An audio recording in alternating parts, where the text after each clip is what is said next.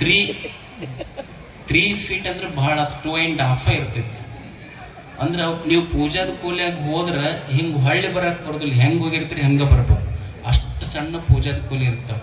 ಮತ್ತು ಮನೆ ತೋರಿಸೋರಿಗೆಲ್ಲ ಹೇಳ್ತಿರ್ತಾನೆ, ಈಗ ದೇವ್ರಿಗೊಂದು ಮನೆ ಕಟ್ಟಿಸಿ ಅಂತ ಹೇಳ್ತಿರ್ತಾನೆ, ದೇವ್ರ ಕೂಲಿ ತೋರಿಸಿ ದೇವರಿಗೆ ಮನೆ ಕಟ್ಟಿಸಿ. ಅಲ್ಲ ಮನುಷ್ಯನೇ, ದೇವ್ರ ಮನ್ಯಾಗ ನಿಂತು ಏನು ದೇವ್ರ ಮನೆ ಕಟ್ಸಕ್ಕೆ ಸಾಧ್ಯ ಐತಿ? ನಾನು ದೇವರ ಮನೆ ಕಟ್ಟಿಸ್ಲಿಕ್ಕಾಗೋದಿಲ್ಲ. ನಾ ಇರುವುದೇ ದೇವರ ಮನೆಯೊಳಗೆ ಅದಿನಿ ಅನ್ನುವ ಸತ್ಯ ತಿಳ್ಕೊಳ್ಳುವುದೇ ಸಮರತೆ ಅಷ್ಟೇ.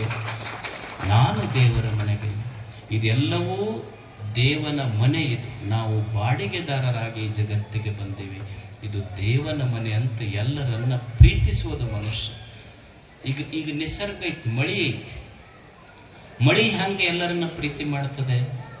ಈಗ ನಾನು ನಮ್ಮ ಜಾತಿಯವ್ರ ಹೊಲದ ಮೇಲೆ ಅಷ್ಟ ಮಳಿ ಬೀಳ್ಬೇಕಂತ ನಾ ಅಂದೆ ಮೋಡ ಏನಂತೈತಿ, ನಿಮಗೆ ತಲೆ ಕೆಟ್ಟೈತಿ ಮನುಷ್ಯರಿಗೆ, ನಮಗೂ ತಲೆ ಕೆಟ್ಟವೆ ಅಂತೈತಿ.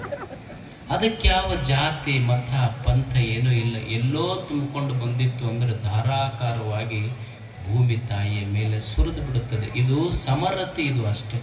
ಎಲ್ಲಿ ಭೇದ ಭಾವ ಇಲ್ಲ. ಈಗ ಒಬ್ಬ ಬೇಟೆ ಆಡವಿರ್ತಾನೆ, ಈ ಪಕ್ಷಿಗಳಿಗೆ ಬೇಟೆ ಆಡ್ತಿರ್ತಾರ, ಅವನು ಒಂದಿಷ್ಟು ಪಕ್ಷಿಗಳಿಗೆ ಕಾಳು ಹಾಕ್ತಿರ್ತಾನೆ.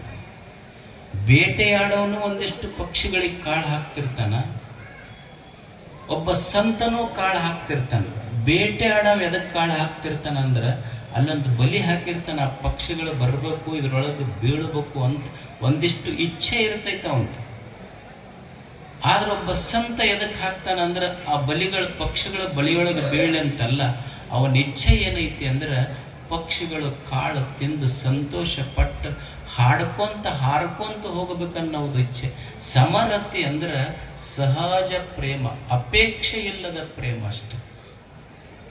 ನಮ್ಮ ಪ್ರೇಮ ಎದಕ್ಕೆ ಕೆಟ್ಟವ ಅಂದ್ರೆ ನಮ್ಮ ಪ್ರೇಮ ಅಪೇಕ್ಷೆಯ ಪ್ರೇಮ ಐತಿ, ಅದಕ್ಕೆ ಕೆಟ್ಟವ. ನಮ್ಮ expectation kills the beauty of life.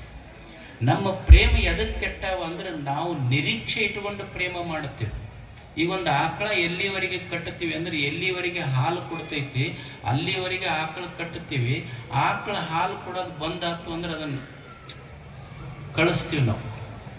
ಈಗ ಒಂದು ಗಿಡ ಎಲ್ಲಿವರೆಗೆ ಮನ್ಯಾಗ ಇಟ್ಟಿರ್ತೀವಿ, ಪೂಜೆ ಮಾಡ್ತೀವಿ ಅಂದ್ರೆ ಎಲ್ಲಿವರೆಗೆ ಹಣ್ಣು ಕೊಡ್ತೈತಿ ಅಲ್ಲಿವರೆಗೆ ಪೂಜೆ ಮಾಡ್ತೀವಿ.